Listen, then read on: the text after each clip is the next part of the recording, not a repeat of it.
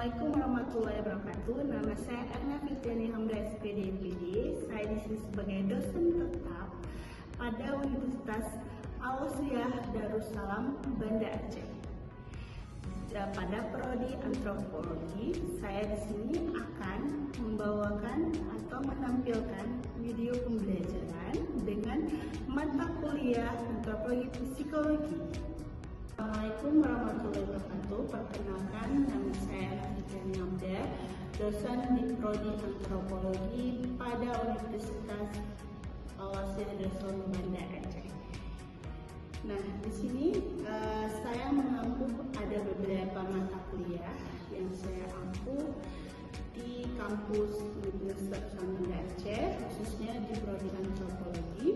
Yang salah satunya yang saya akan ajarkan nanti di dalam video pembelajaran yaitu adalah antropologi psikologi. Pada mata kuliah ini memiliki SKS, beban SKS itu 3 SKS dan dilaksanakan pada semester 6. Antropologi psikologi ini merupakan cabang dari ilmu antropologi sendiri yang mempelajari hubungan antara budaya dan proses mental manusia. Ini berfokus bagaimana budaya membentuk pikiran, perasaan, dan perilaku individu serta bagaimana pemahaman tentang proses psikologis mempengaruhi budaya itu sendiri. Adapun CPL-nya itu ada beberapa di sini capaian pembelajarannya. Yang pertama untuk sikapnya dulu. Yang pertama ada menjunjung tinggi nilai kemanusiaan dalam menjalankan tugas berdasarkan agama dan moral.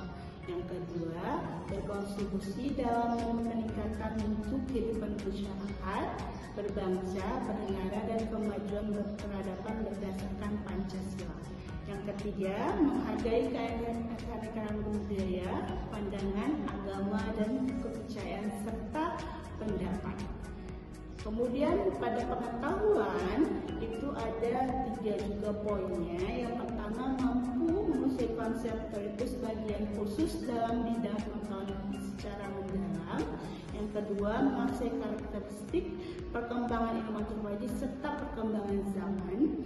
Yang ketiga, menguasai substansi materi, struktur, konsep, dan pola pikir keilmuan antropologi.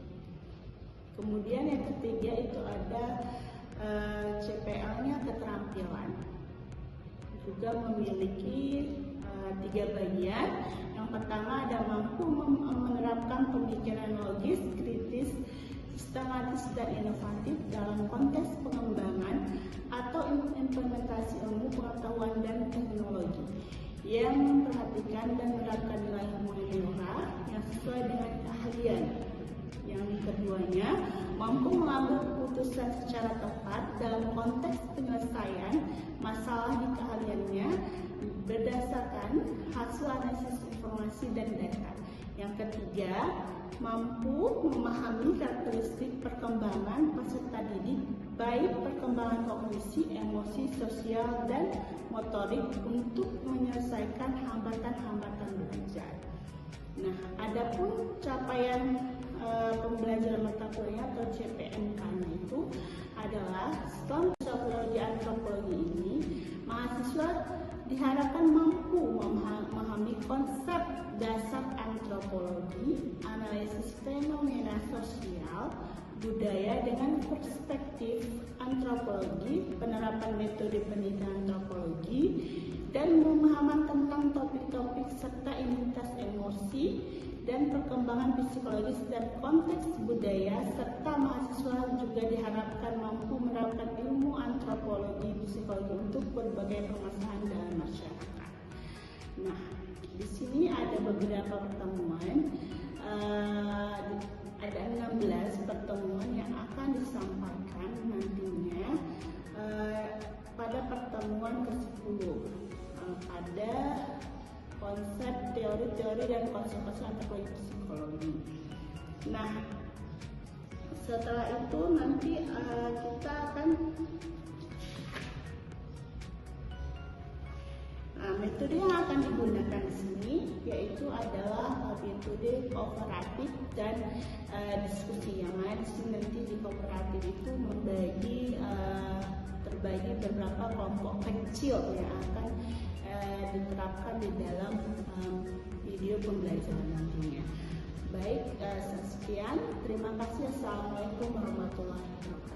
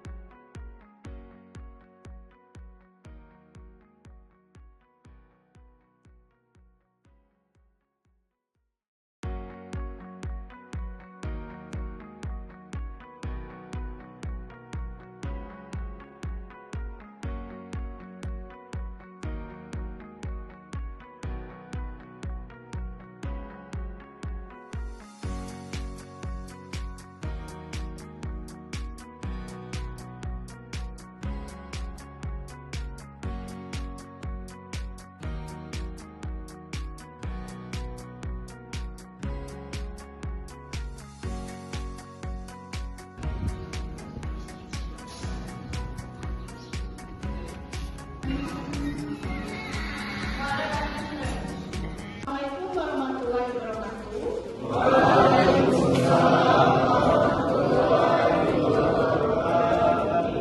Selamat pagi anak-anak semuanya. Oke, sehat semuanya. Oke, sebelum kita mulai pembelajaran, kita berdoa dulu. Berdoa untuk di dalam hati aja. Berdoa. Yusuf Mahendra. Oke, baik. Kemudian ada Hendy Mahardika. Oke, yang ketiga ada Fahmiza Fitri. Baik, selanjutnya ada Vira Karisma. Baik. Kemudian ada Ika Nurani. Oke, baik. Selanjutnya ada Agus Ali. Oke, baik. Sebelumnya. Baik. Ada yang tahu kemarin masih ingat apa judul yang kemarin? Tentang kepribadian. Oke, baik, terima kasih Yusfira. Baik, bagus sekali. Ada yang tahu pengertian dari kepribadian? Ada Oke, baik, silakan. ciri-ciri watak yang konsisten, Bu. Oke, baik, terima kasih. Bagus sekali ya, masih ingat. Masya Allah sekali ya, ya semuanya ya. Cinta semua. Baik. Baik,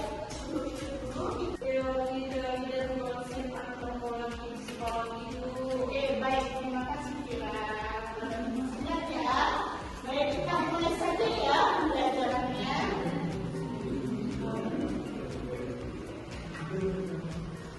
Oke, ini ada di sini teori-teori dan konsep-konsep antropologi psikologi. Yang sebelumnya kita membahas tentang kepribadian. Oke, baik ya. Nah, perilaku manusia. Selain itu, di bidang ini juga bekerja untuk mengidentifikasi faktor-faktor psikologis yang penting dalam pembelajaran dan ekspresi budaya. Jadi intinya di sini tujuan dari pembelajaran ini kita supaya tahu bagaimana ekspresi dari sebuah budaya. Ya. Oke, lanjut selanjutnya. Oke, penjelasannya. Oke, baik, coba dibaca. Hendy Mahardika, kita baca dulu. Antropologi psikologi adalah cabang antropologi yang interdisipliner, mempelajari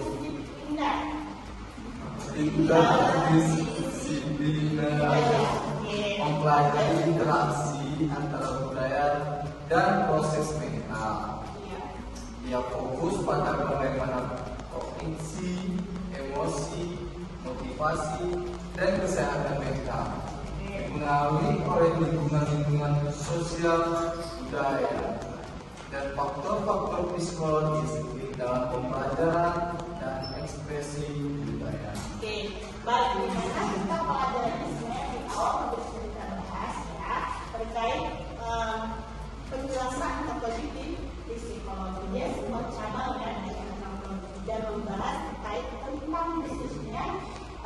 budaya yang ada dan berkaitan dengan mental ada dalam budaya tersebut.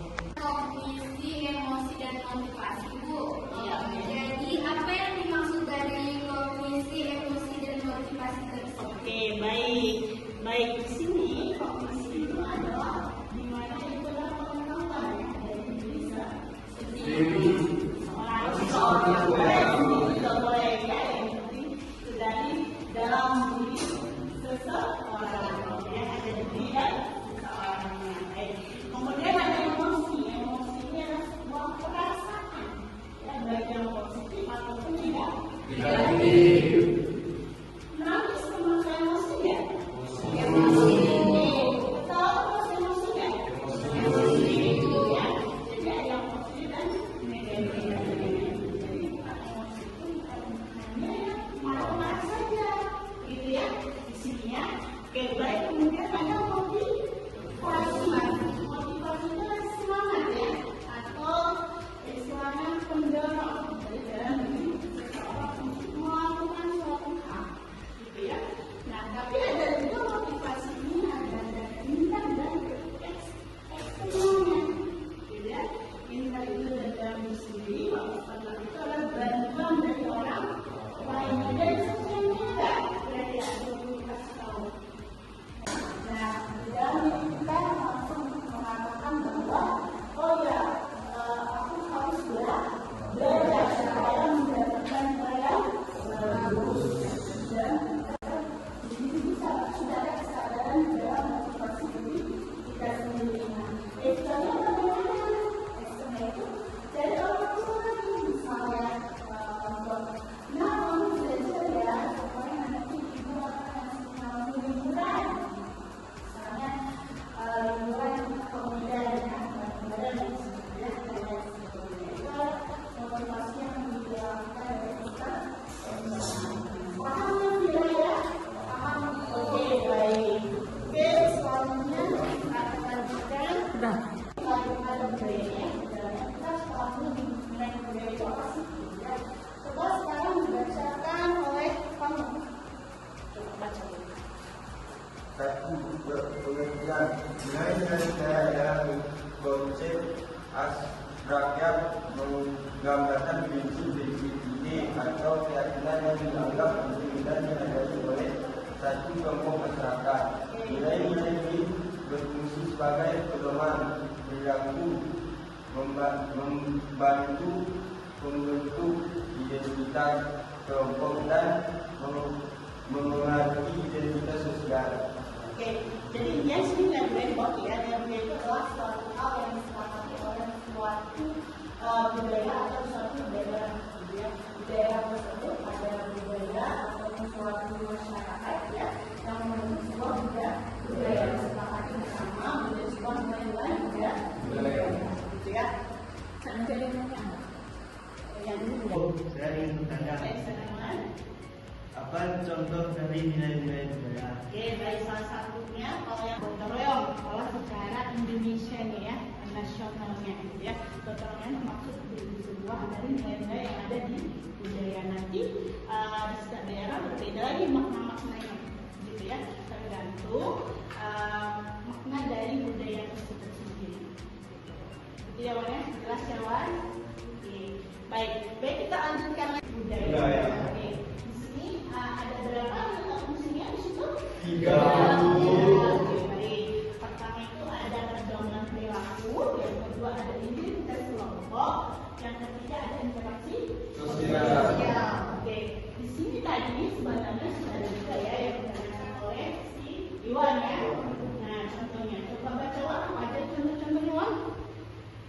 Contohnya nilai budaya yang menekankan kerjasama dan saling membantu. Oke, Kerja keras. Ya. Nilai yang mendorong individu untuk bekerja dengan bersih dan disiplin. ya baik. Integritas. Nilai yang menekankan kebenaran dan kejujuran di dalam sebuah tindakan. Ya, coba yang jujur siapa namanya? Ya, tadi silakan tadi. Karena dia baru masuk ya, di lembaga ibu kurang ingat namanya. Siapa? Satu, dinamis. Ya, Nilai budaya dapat berubah seiring waktu dan pengaruh dari berbagai faktor seperti teknologi dan globalisasi. 2. Abstrak. Nilai budaya adalah konsep yang tidak dapat dilihat atau dipegang, melainkan dipahami sebagai prinsip atau keyakinan. 3. Menentukan perilaku. Nilai budaya mempengaruhi bagaimana individu berpikir, merasa, dan bertindak. Oke, baik. Pertama ada mencari pendidikan. Pendidikan itu dia penting untuk menanamkan nilai-nilai positif dan membentuk karakter generasi muda.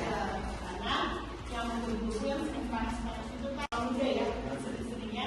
Oke, kemudian ada pembangunan. Di sini nilai budaya dapat menjadi fondasi dalam membangun masyarakat yang harmonis dan berat. Kemudian ada cinta bangsa. Pemahaman dan pengertian budaya dapat meningkatkan rasa cinta terhadap bangsa kita dan budaya sendiri. Karena di Indonesia sendiri memiliki beberapa suku ya. Lainnya ada beberapa suku. Membagian kelompok sebagai metode kita tadi memakai metode kooperatif, yaitu membagi beberapa kelompok kecil ya. Kelompok kecil itu kelompoknya itu ada 5 orang yang berbeda. 5 orang berarti di sini kita ada 16 orang, berarti ada 3 kelompok, salah satunya ada 6 orang. Karena kelompok kecil dari 3 sampai 6 orang misalnya. Oke, sekarang kita perlingkarannya. Perlingkaran dari mulai dari ketua kelasnya itu biar absen dulu ya.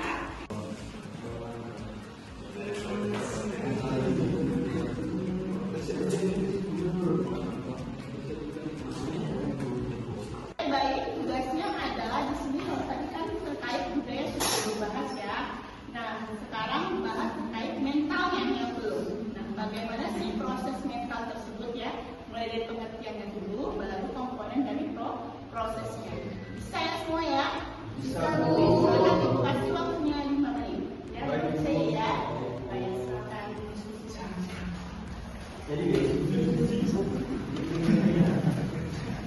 Ini baru ini komponennya.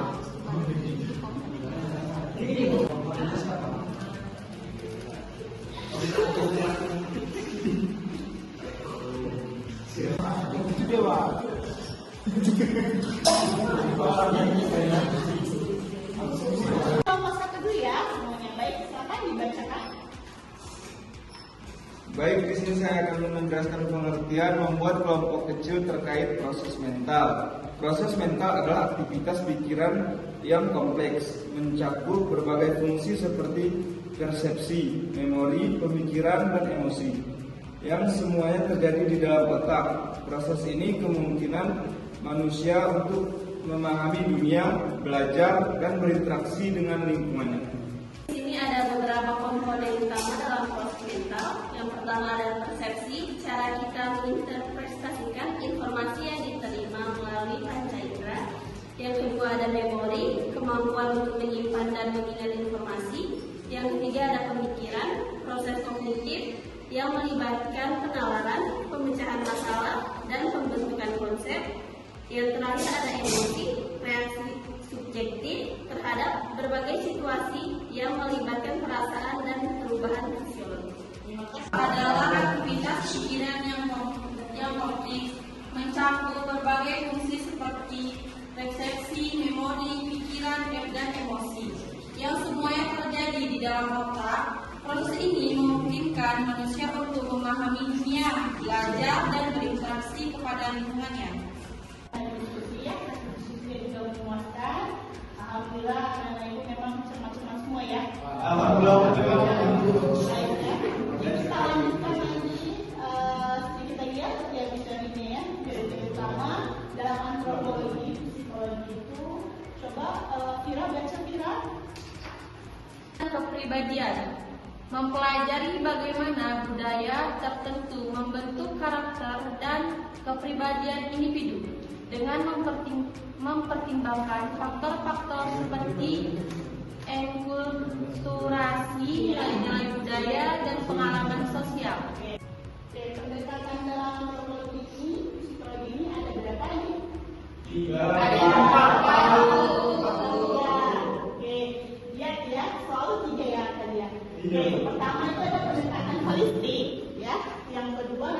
dibaca ya penjelasannya di sana.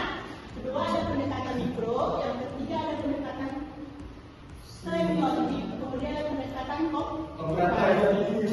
Ya, ada 4 ya juga. Kemudian, oke, sebelum dikasih kesimpulannya, ada yang mau menyimpulkan? Kesimpulan dari mata pelajaran kita ini hari ini terkait konsep dan teori dari psikologi antropologi, ya, itu adalah belajar teori dan konsep antropologi psikologi, memberikan pemahaman mendalam tentang bagaimana budaya membentuk pikiran, perasaan, dan perilaku manusia serta bagaimana faktor-faktor psikologis mempengaruhi, gitu ya. Nah, di situ ada juga beberapa macam, bisa dibacakan kembali ya, kesimpulannya bisa dicatat juga ya, dicatat, siapa tahu nanti masuk ke dalam UAS, ya, kesimpulan dari pelajaran kita kali ini. Tidak seperti yang itu lalu, hanya merangkum saja ya, merangkum saja apa yang akan kita pelajari yang minggu depan, ya. Itu kan harus dikasih tahu, kalian ingat ya, kan sudah kita bagi ya kabarnya LPS-nya. Masih untuk hari sekian dulu ya untuk pembelajaran hari ini. Setelah ini ada kesimpulan, nanti ada tugas kita, tapi tidak sebelumnya minggu lalu ya. Kalau minggu lalu itu ibu suruh ada menganalisis ya sebuah kasus. Nah sekarang kita pembelajarannya hanya merangkum saja untuk minggu depan, untuk pembelajarannya minggu depan ya. Temanya nanti ada 3 tes yang sudah dibagikan ya di awal ya. Jadi ibu harap ingat ya, baik ya, buku itu akan menjadi nilai untuk tambahan UAS nanti. Baik ya. Baik, terima kasih semuanya.